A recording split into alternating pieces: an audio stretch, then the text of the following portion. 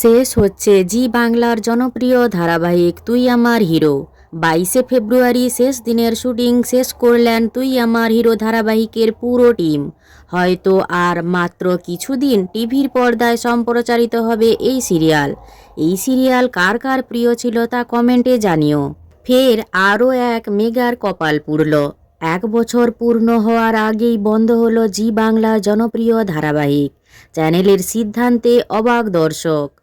বর্তমানে ধারাবাহিকের আয়ু খুব বেশি সময় থাকে না, সেটা দর্শকের অজানা নয়।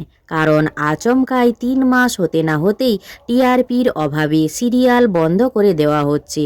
তবে এবার আরও এক ধারাবাহিক বন্ধ হতে চলেছে, যা 1 বছরও হয়নি টিভির পর্দায় শুরু হয়েছে। চ্যানেলের এমন সিদ্ধান্তে রীতিমতো অবাক হচ্ছেন দর্শকরা। শুরুতেই ধারাবাহিকটি দর্শকের পছন্দ হলেও বেশ কয়েক মাস যাবৎ টিআরপিতে রেটিং তালিকার তলানিতে, যার জেরেই কোপ পড়েছে ধারাবাহিকের ওপর।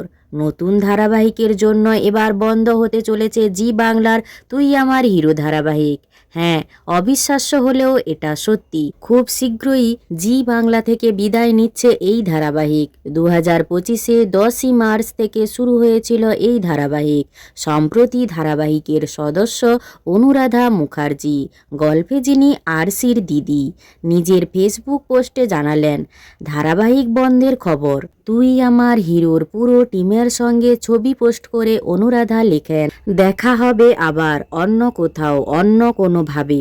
অনেক ধন্যবাদ আমাদের এত ভালোবাসা দেওয়ার জন্য।